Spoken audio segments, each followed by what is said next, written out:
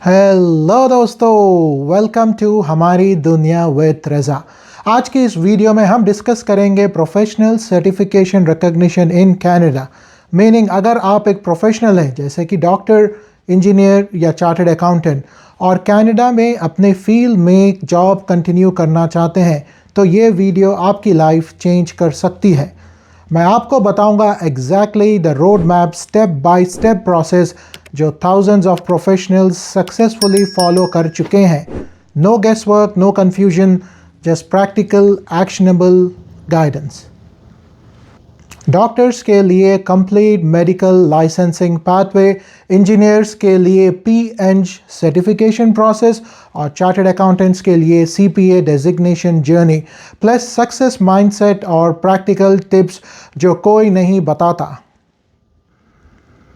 But पहले quick question, comments में बताएं आप कौन से प्रोफेशन में हैं, डॉक्टर है, इंजीनियर है, चार्टर्ड अकाउंटेंट है, कोई भी फील्ड में। I want to know my audiences.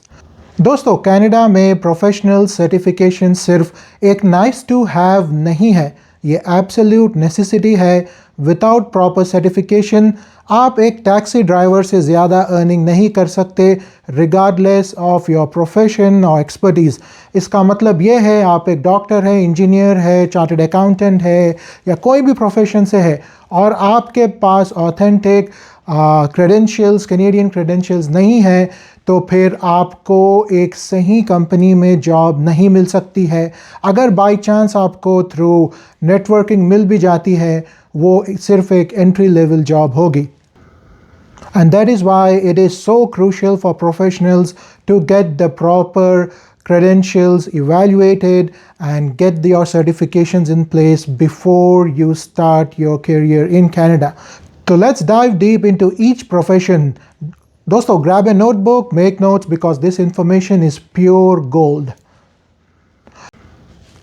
तो दोस्तों, फर्स्ट लुक एट डॉक्टर्स, यानी कि डॉक्टर्स के लिए प्रोसेस थोड़ा सा कॉम्प्लेक्स है। Thousands have successfully navigated it. Step number 1, Medical Council of Canada, MCCQE Part 1. ये कंप्यूटर बेस्ड एग्ज़ाम होता है 4 घंटों का। फॉर्मेट मल्टीपल चॉइस क्वेश्चंस, इसमें होता है clinical decision making, covers internal medicine, surgery, gynaecology, psychiatry, paediatrics, population health. And now, when do you actually take this exam? After your medical school completion, pass rate hota hai around 70% with proper preparation. Cost hai around 1,400 Canadian dollars. Preparation for this exam takes about 6 to 9 months. Now, step number 2, NACOSCE, यानी कि National Assessment Collaboration specifically for international medical graduates. What is test? यानी कि यहाँ होता क्या है? यहाँ होता है 10 to 12 क्लिनिकल स्टेशंस जहाँ पे आप पेशेंट्स के साथ इंटरेक्शन करेंगे, उनकी मेडिकल हिस्ट्री जानेंगे, आप फिज़िकल एग्जामिनेशन करेंगे ये पेशेंट्स के, और ये बूथ्स जो होते हैं उन पे 8 to 10 मिनट्स आप स्पेंड करेंगे इन ईच स्टेशन और booth. Now why is it important? Now residency programs requires this. ये कॉस्ट होता है और ये स्टेप नंबर 2, इसकी कॉस्ट लगभग 3,000 कैनेडियन डॉलर्स आ जाती है। ऑलराइट डॉक्टर्स, तो स्टेप नंबर 1, 2 आप पार कर चुके हैं। अब आता है स्टेप नंबर 3, मोस्ट इम्पॉर्टेंट। ये होता है CaRMS system, Canadian resident matching service. ये सुपर इम्पॉर्टेंट होता है। Think of it like matrimonial matching. एक इंटेलिजेंट एल्गोरिदम है और आप उस एल्गोरिदम को रैंक करते हैं बेस्ड ऑन इट्स प्रोग्राम। आप एंड देन वो एल्गोरिदम आपको मैच करता है बेस्ड ऑन म्यूचुअल प्रेफरेंसेस। इसकी टाइमलाइन है बिटवीन अगस्त एंड सितंबर। ये प्रोग्राम का रिसर्च करना होता है। एप्लीकेशंस ओपन हो जाती हैं अक्टूबर में, नवंबर में एप्लीकेशंस को सबमिट कर देना होता है, दिसंबर और फरवरी में इंटरव्यूज़ होते हैं and March is the match day, the biggest moment. Alright, इसके 2 आइटरेशंस होते हैं। फर्स्ट आइटरेशंस में match for match candidates, second iteration for unmatch candidates और एडिशनल पोजीशंस। ऑलराइट दोस्तों, स्टेप नंबर 1, 2 और 3 तो हम देख चुके हैं। Step number 4, let's look at it. ये है MCCQE पार्ट 2। जी हाँ, स्टेप नंबर 1 में पार्ट 1 था, स्टेप नंबर 4 में part 2 of MCCQE। Advanced clinical skills assessment during residency. This is very critical and super important. होता क्या है, तो इसमें होता ये है कि आप मल्टीपल प्रोविंसेस जैसे अल्बर्टा, ओंटारियो, न्यूफिनलैंड, नूनावेट, इन सारे प्रोविंसेस में मल्टीपल प्रोग्राम्स होते हैं, तो आप अप्लाई करते हैं for different programs, different opportunities. The best highest success rate यहाँ पे होती है फैमिली मेडिसिन की। जी हाँ दोस्तों। एंड देन आपको मिलता है कैनेडियन क्लिनिकल एक्सपीरियंस। आप जब अप्लाई करते हैं और आप जॉब स्टार्ट कर देते हैं, तो आप एक्सपीरियंस गेन करना शुरू कर लेते हैं। यहाँ से आप रेफरेंसेस भी गेन करना शुरू कर लेते हैं। आपके सुपरवाइज़र होते हैं जॉब पे, आपके कोलीग्स होते हैं, they become your solid references as you are going through this program. Now communication skills is very important दोस्तों। प्रैक्टिस इंग्लिश और कैनेडियन कल्चर वाला इंग्लिश। लोकली एसिमुलेट करें अपने आप को और कवोकल इंग्लिश लैंग्वेज को प्रैक्टिस करें। Alright, so after all these 4 programs, आप बन जाते हैं एक certified physician in Canada, certified doctor आप बन जाते हैं। कोई भी हॉस्पिटल में आप जॉब कर सकते हैं। Now the entire timeline for this process is between 3 to 7 years. So consistency is the key. Stay motivated. Thousands of doctors from abroad have already obtained this designation over the years, and I wish you all the best.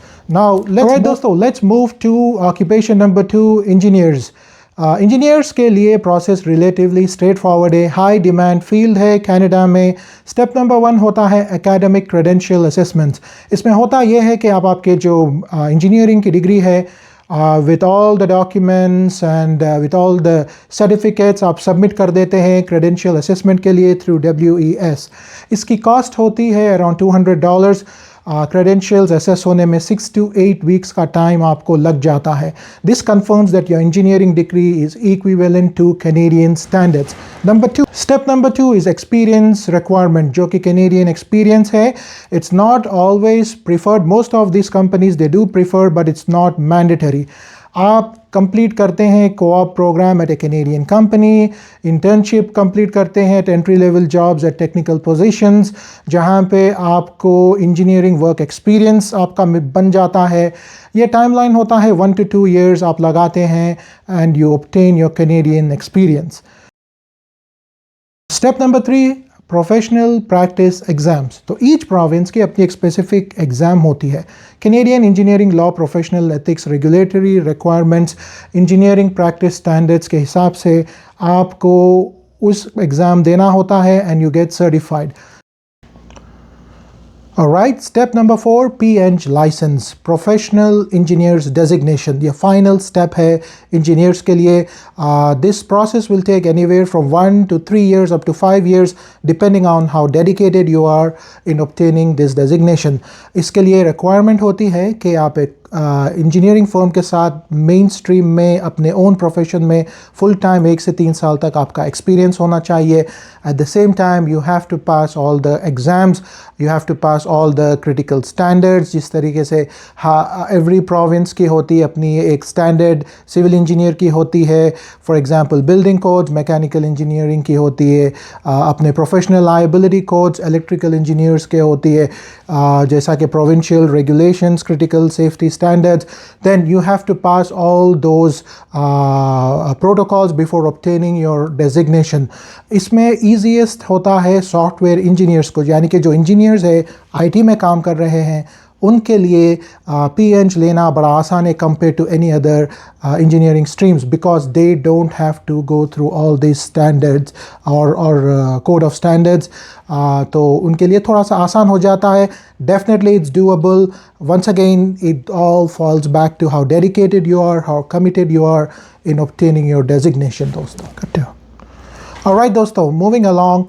Let's look at what's the pathway for chartered accountants or accountants in general. अगर आप chartered accountant है, BCom है, MCom है, then what is the pathway for you guys to work in your own field in this beautiful country? Alright, so the gold rule or the gold pathway is through CPA, Canadian Professional Accounting. तो उसके 4 steps होते हैं. Step number 1, you submit your degree certificates, you submit your memorandum for CPA evaluation. इसमें time लग जाता है from 4 to 6 weeks, जहाँ पे CPA आपके सारे डिग्री सर्टिफिकेट्स इवेलुएट करते हैं, यानी कि जो भी कोर्सेज आपने कंप्लीट किए हैं इंडिया में और any other country, and then वो यहाँ के करिकुलम से मैच करते हैं. वो बताएंगे कि आपको किन किन कोर्सों को अपग्रेड करना है, यानी कि what courses you need to take in one of the Canadian universities in order for your degree to get recognised. So basically then you will invest in yourself. ये सारे कोर्सेज को complete करने में 12 to 16 months यानी कि 1 से 1.5 साल का टाइम लग जाता है. कॉस्ट आती है around $12,000 to $15,000. Now mind you, every dollar that you invest in yourself is worth it because you get 100 times back when you work in your own field. Step number 3 होता है practical experience. In simple words, Canadian experience. Now आपकी degree तो recognized हो गई, but आपके पास Canadian experience नहीं है. For that you need at least 30 months of relevant accounting experience under a CPA supervision. तो इसके लिए आपको जुड़ना होता है एक अकाउंटिंग फर्म में. आपको काम करना होता है as a financial analyst under a senior accountant. ये अकाउंटेंट आपका सुपरवाइज़र रहेगा, and throughout the course 1 या 2 years जितने भी आप स्पेंड करते हैं with that firm counts towards your experience in order to get that final CPA designation. Alright, and step number 4, which is final CFE, Common Final Examination. ये एक 3-day का comprehensive examination होता है. Day 1 होता है Core Accounting Case Study Day, and Day 2 होता है Elective Module. You'll focus on areas in regards to the module that you have chosen. Day 3 होता है Integration or Decision Making. तो ये हो गए सारे steps in order to get your CPA designation. And at this point in time, a good news I want to share that especially for chartered accountants who are ACCA holders, you might be eligible for significant exemptions possible. Check कर ले CPA के साथ when you submit your credential for assessment. Alright दोस्तों, तो अब तक हमने देखा है इन 3 मेन स्ट्रीम्स को, how you need to get settled in Canada and what's the pathway for you to get settled and get your professional qualifications evaluated in Canada. At the same time, I want to share one important mindset principle. I'll share it in 3 pillars. Pillar number 1, patience or persistence. Success overnight नहीं आती है. मेरा journey था struggles, rejections, not working in my own field. And then वहाँ से improve किया, jobs fair attend किया, resume update किया, नेटवर्किंग स्टार्ट किया. Small efforts but those efforts improved day by day. You take small steps, then you keep improving, you keep building on it. Then comes pillar number 2, adaption over resistance. Formula simple है, Canadian standards को embrace करो, fight मत करो. Don't think कि भाई India में ये तरीक़ा था तो ये तरीक़ा सही होना चाहिए. थिंक के कनाडा में ये प्रोसेस है तो मैं ये अडेप्ट करूँगा और एक्सेल करूँगा. Flexibility shows your employers your coachable और willing to learn. And step number 3, the most important, network like your career depends on it, because professionally it does. Every coffee meeting equals to potential opportunity. Every LinkedIn connection equals to future collaboration. Every conference is networking guideline. सारे जो opportunities है, coffee meetings, LinkedIn के through collaboration, ये जो conferences होती हैं, then you're meeting all these employers, executives. This is a way to build your network. Now, one important reminder, don't network to sell yourself, network to build genuine relationships. Then finally आता है pillar number 4, rejection as redirection. ये mindset game changer बन जाएगा आपके लिए if you adapt it. Don't think कि if you're rejected in an interview कि you're not good enough. Think this was not the right fit. Next opportunity will be perfect for me. Personally मैंने 50+ rejections face किए थे when I was first applying for the jobs. हाँ, बिल्कुल demotivated तो हुआ था, but I kept my spirits high. I kept applying until I got my break 20 years ago. And exactly that's what I want for you guys. And then invest in yourself, dosto. Once you get into your own professions, keep upskilling, certification courses लेते रहें, networking build करते रहें, and then These are not expenses. अगर आप सोचते कि ये expense है, then this is not. This is you're investing in your future for your own growth, दोस्तों. Alright, दोस्तों.